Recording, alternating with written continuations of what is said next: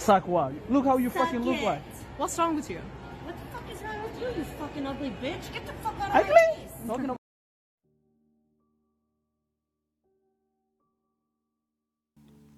Hello everyone, welcome back to the channel.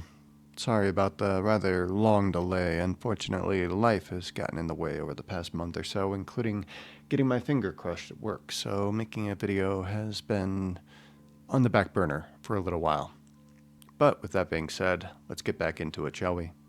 In my last video, I looked at an old propaganda piece from notorious white nationalist Jared Taylor and his claims regarding the genetics of race and the purported link between race and intelligence. In his YouTube videos, Taylor has a proclivity to sanitize his rhetoric for a broader audience, but when you see him on his home turf, namely his podcasts on American Renaissance, he's far more willing to go full mask off, stop sanitizing himself, and talk openly as the bigot and racist zealot that he is at his core. The podcast that we'll be looking at today aired on December 10th of 2025, and it's just an hour-long diatribe of hate and vitriol towards anyone with too much melanin in their skin to warrant basic human decency. So today I'm going to be looking at this because with my last video I got so much commentary about how much of a genuine intellectual Jared Taylor is, and that he's not speaking with hatred, he's merely speaking truth to power, etc., blah blah blah. The amount of bullshit filling this hour is genuinely impressive, but not exactly surprising. So, with that being said, I'm not going to subject you to the entire hour. I'll link the original content in the description so that you can see I'm taking nothing out of context, and if you want to spend an hour subjecting yourself to this garbage in its entirety, help yourself, I guess. During your December 4th Amran broadcast, you tried to improve on the infamous 1350 ratio. That is the idea that 13% of the population commits 50% of the murders, by pointing out that since men commit most of the murders, it's more likely 7/50. In other words, 7% commit 50% of the murders.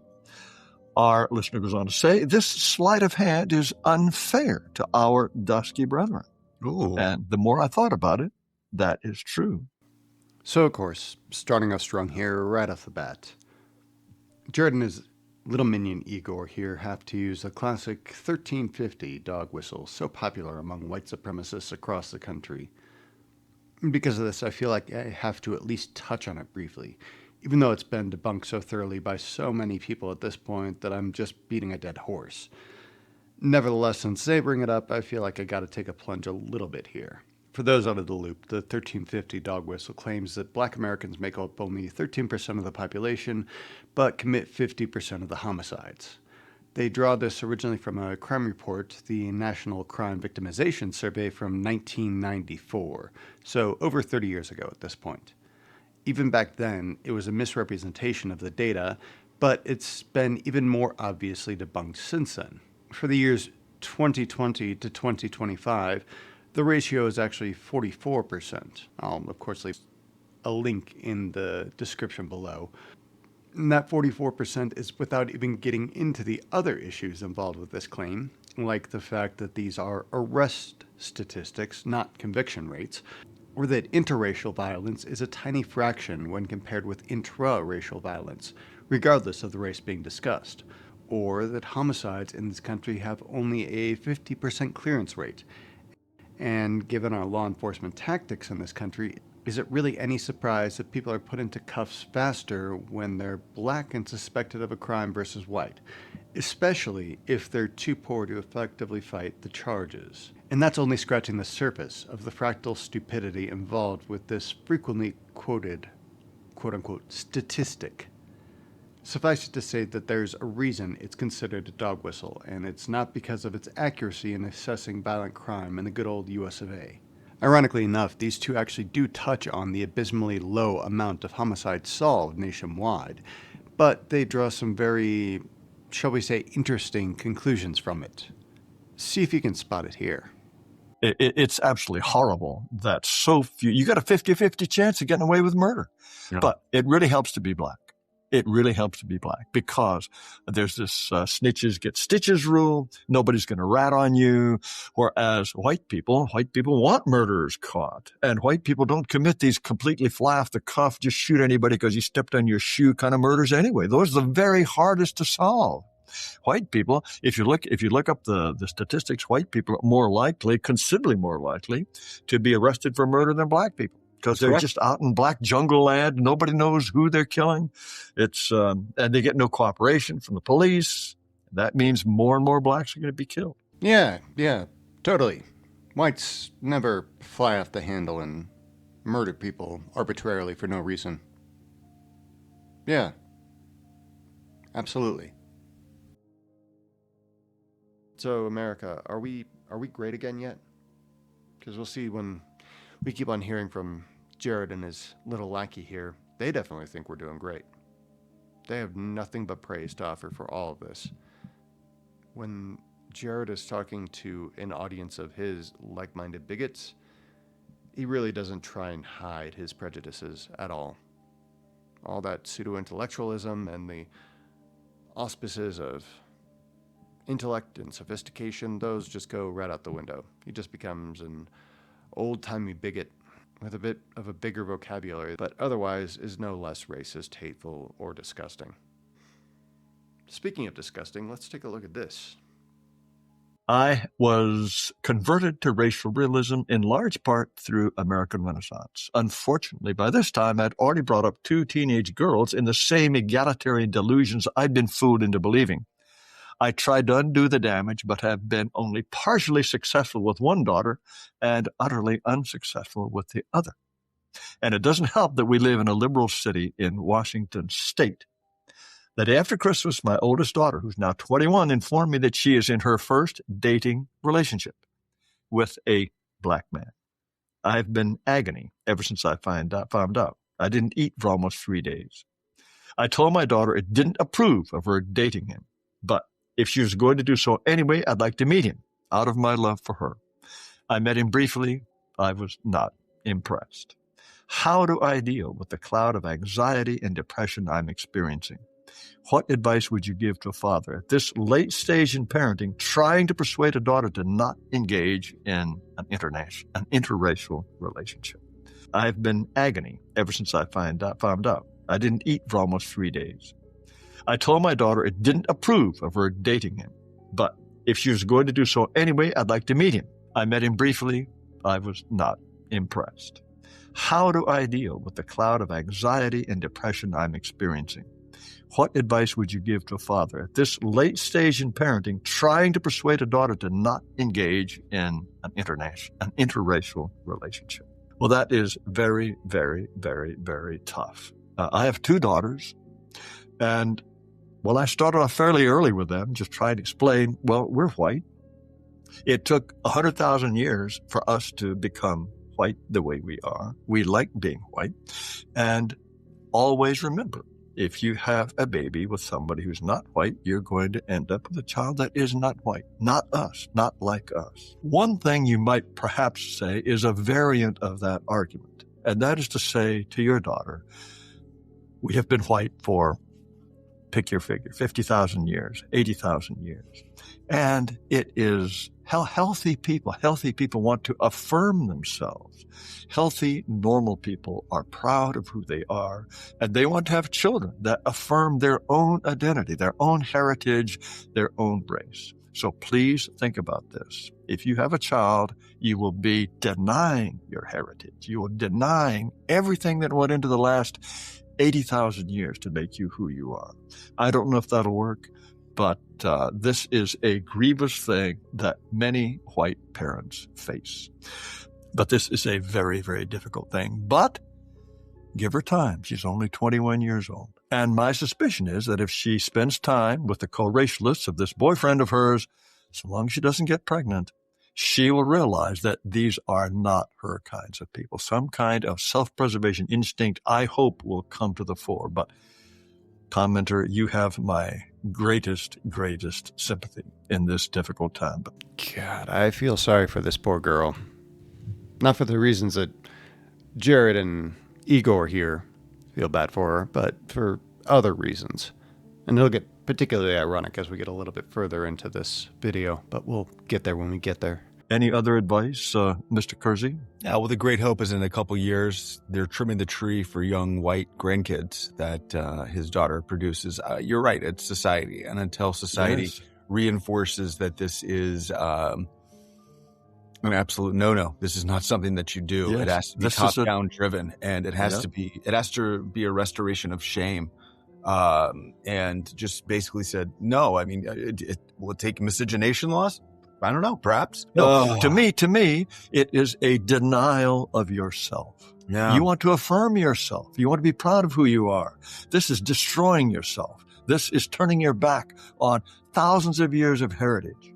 It's so creepy and disgusting and sad to hear that this man became the kind of bigot that he is now and is reaching out to a group like American Renaissance for help on getting his daughter away from dating a black man, because the shock, the horror, the tragedy of it all, and how repulsed Jared and his little minion are at the idea that this young woman is dating outside of her race, because to them, that's just a moral failing of the highest order. I'm guessing, and this is just a guess, that he came to his new outlook on the world around him a little bit too late to be able to brainwash his daughters the way that Jared here was able to, in getting them started young on the hatred of anybody outside of their own race. And as a result, no matter what efforts he puts into trying to convert her, the best that he's going to accomplish is to push his daughter away even further. Because even in an environment and a culture like what we were facing right now, the bigots, the enthusiastically racist individuals, are still a very marginal, small part of society. And most people, when you hear them talk about how morally inappropriate it is for a person to marry, date, or have relations outside of their race, it tends to turn stomachs and turn heads away from you. And for this guy, I'm guessing that it'll make it so that that particular daughter has no interest in joining the family for Thanksgiving or Christmas or the other holidays, because why would she want to? It's kind of like the racist uncle that you put up with during Thanksgiving. There's an amount of tolerance that you're willing to put up with, and usually hating an individual because of the color of their skin. Yeah, that's a line that it's hard to come back from. There's just something deeply creepy and nauseating about fathers when they try and exert this much control over the romantic lives of their daughters. And hearing these two go on about it is just, it's saying so much about them and the audience that they've cultivated. Then Jared goes on to demonstrate that he's not only ignorant about science, but pop culture as well. And, of course, it is the fault of society. Society is always telling us this is a wonderful thing, great thing, just watch television. There are no white couples practically on television, in advertisements, or there's occasionally one or two in a drama. So this way that society is built almost forces young white girls, more than the other way, into relationships with people who are not white. I don't know if it's his media literacy that's just extremely limited, or if he's just lying for his audience of bigots. But in either case, claiming that you rarely or never see white heterosexual couples on television anymore is delusional enough to almost be impressive. But just like everything else American Renaissance peddles, the point is to validate their position, regardless of how much it contradicts reality. It's just answers in Genesis for racism. Well, let's move on to the national security strategy. We won't spend much time on this, Mr. Kersey. I'm sure you're aware of this, but every year, or every couple of years as it turns out, the administration puts out a document called its National Security Strategy. It talks about the national security challenges that we face, what we need to do in order to protect the United States. This one is really good. It's very, very Make America Great Again centric. First of all, we have to have the best economy in the world, the best army in the world, but then there's a section on promoting European greatness. And it really set the think tankers and the Eurocrats howling. It says that the continent faces civilizational erasure because of migration. And what migration does is produces strife, censorship, suppression of political opposition, cratering birth rates, and loss of national identities. I love this. This is an official United States Department of Defense document with Donald Trump's signature on it, and it says immigration leads to strife, censorship, suppression of political opposition, cratering birth rates, and loss of identity. The report goes on to say, if Europe keeps up, it will become unrecognizable in 20 years or less. We want Europe to remain European because we need a strong Europe. That is pretty straightforward. We need, of course, a strong Australia, a strong New Zealand, a strong Canada, and we need to remain a strong America. It doesn't get into that, but the implications are obvious. This exemplifies just how incestuous MAGA and ethno-nationalism has become, not to mention how bad it's been for the country in just its first disastrous year. Our economy is in the toilet. The deficit is bloating massively. Unemployment is on a precipitous incline, all thanks to a leadership that embraces ideological tenets that hurt our economy, especially for those not in the top 10% financially. Yet here's Jared claiming that the mass deportations without due process, the renditioning of often innocent people to literal concentration camps, and the use of ICE as an American Gestapo is all going to somehow improve America, both economically and socially. Meanwhile, tourism is tanking, construction projects are stagnating, and crops are being left to rot in the fields because there's nobody to work them. Yet Jared has the delusional audacity to praise all of this, not only in America, but across Europe as well. The damage in real terms being done is obvious to anyone paying attention. It takes a special kind of hatred towards anyone different from yourself to embrace it. It's the social equivalent of cutting off your nose to spite your face. But in the end, that is the point of all of this. America has always been a nation of immigrants, a cultural melting pot, and a nation whose strength has always come from bringing in people from all over the world, whether it's people working at the forefront of science and technology or refugees looking to build lives, businesses, and families in a country that gives them the opportunity to do so. But in Jared's mind, and in the mind of his fellow xenophobic bigots, that value and benefit to our nation isn't valuable enough to supersede their hatred for anyone not white enough in being successful in this nation. Thus, a poorer nation, a less successful nation, a nation losing its best and brightest people to other parts of the world, all of that is perfectly fine in their eyes as long as we become a white nation, a more segregated nation, and a more isolationistic nation. The sentiment is nothing new for Jared and his fellow bigots, but they're all so excited to see for the first time in their lifetimes the U.S. government actually embracing this level of hate and xenophobia so openly and earnestly. Not all conservatives are racists, but the racists have definitely found a home within the MAGA movement. And Trump, Miller, Hegseth, Ice Barbie, and the rest of the administration are enthusiastic about making what the racist faction of the political right wants into a reality, no matter what the economic, social, and geopolitical costs may be in the long run.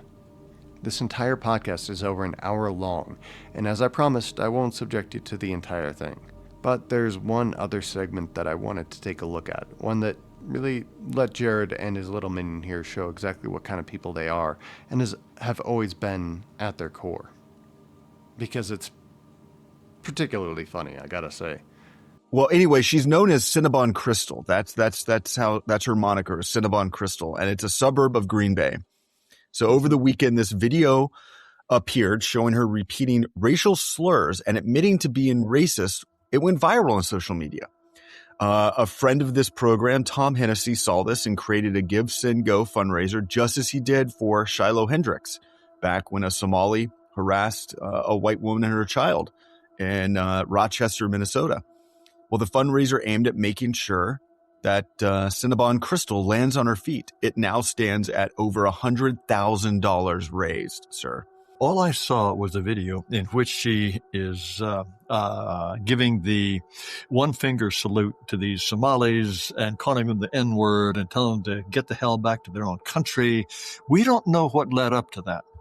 We actually do. There Oh, is we do. video of it. They are harassing Oh, I her for see. not wearing a hijab, for not. What? Wait. Yes. They're telling her that she has to wear a hijab? Yes, they're asking why is she dressed like a slut. There Are is you video kidding? of the I did entire. not. Yes, there is video of the entire altercation, and Oh, I didn't realize she. that. And people said that they were harassing her, but they came up to this white girl who doesn't have a hijab on, and these Somalis living in the United States tell her, cover your head, you're dressed like a whore. That's what they're saying to her? It is an altercation that you need to watch. All of our listeners need to search the entire breadth of what transpired there in this unpronounceable Wisconsin city. Wow. Well, I'm glad you have told me the rest of the story. I mean, honestly, this is the funniest load of garbage in this entire podcast. For those unaware, Crystal was captured on camera saying some pretty heinous shit to two Somali customers in the Cinnabon she was working at. And no, Jared's little minion here is incorrect. She claimed that the two customers said some offensive things to her, but none of that was actually caught on camera. This was the most offensive thing captured in the video. I am racist. So idiot, for And real. you are an You are an idiot. No, I I'm am not. racist, and I'll say that to the whole entire world. So yeah, nothing that remotely justified the racist diatribe she went off on. But here's where things get interesting. As they mention here, one of Amren's most devoted fans set up a GoFundMe for this racist Karen and raised over $100,000 for her. A fan who did the same for a woman that went on a racist diatribe against a black 5-year-old child late last year. All just perfectly exemplifying why Amren and Jared Taylor are a rallying point for the worst of the worst humanity has to offer. So, Crystal went full racist Karen, lost her job for it. I mean, if you've ever worked in customer service, retail, or anything along those lines, you know that this was inevitable from the outset. Then was able to make a ton of money for being a terrible, racist human being. Because, as Jared puts it, she's one of us, one of our fellow whites, etc., etc., because terrible people deserve a charitable handout as long as they were exceptionally bigoted while doing so. And here's the ironic part, because Jared also earlier in this video talked about how horrible it is to have interracial children, that women who do so are committing a betrayal towards their race, which is why it was so funny to see this photo of Crystal with her son circulating online. You see, when she got exposed, people started digging into this woman, and surprise, surprise, in spite of these nitwits wanting to make her a rallying point for their cause, it turns out she's not the icon of hate that they were hoping for.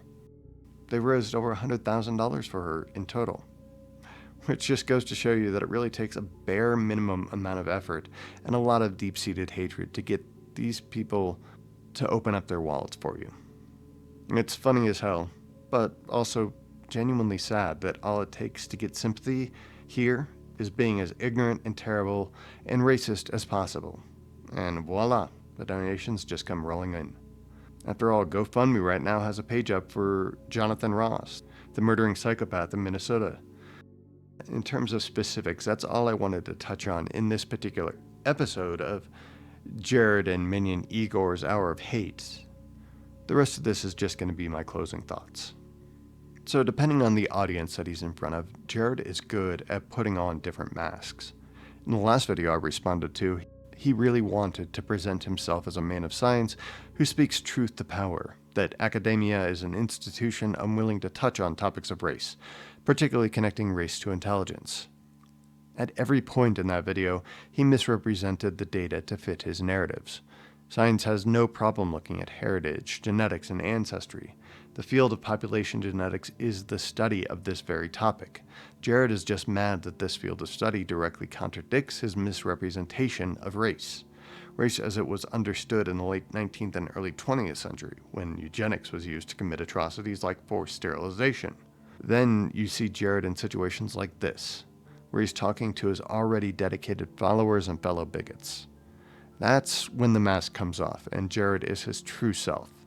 An angry, bitter, racist little man who spent a lifetime making a career out of hating anyone and everyone who doesn't fit neatly into his ideas of racial hierarchy. Not an academic, not an intellectual, merely a bigot with a broad vocabulary and the auspices of sophistication. One of my favorite quotes is from Voltaire. Those who can make you believe absurdities can make you commit atrocities. Taylor has spent a lifetime peddling absurdities as fact. With the MAGA movement, believers in these absurdities have been placed into positions of real power and influence. Stephen Miller, Kristi Noem, Pete Hegseth, and so many others, and to no one's surprise, the atrocities have been coming non-stop over the past year. Mass deportations, forced renditioning, elimination of global health and food programs, bombing Iran, attacking Venezuela, so much damage domestically and internationally, and we still have another 3 years of it to go. For people like Jared, the atrocities that I mentioned are a moral good, because he believes and peddles an absurd worldview. And sadly, no matter how bad things get for this country, there will continue to be people who embrace the bullshit that he peddles. Which is why, when I have the time to do so, I'll continue calling him out for what he is. Not an intellectual, not an academic, just a racist. A peddler of absurdities and hate that he spent over 3 decades thriving off of. Nothing more.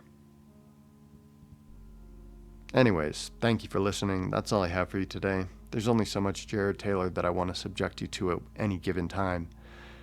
But as always, thank you for listening. Links to the sources I used are in the description below. Take care, be safe, and I'll see you all in the next one.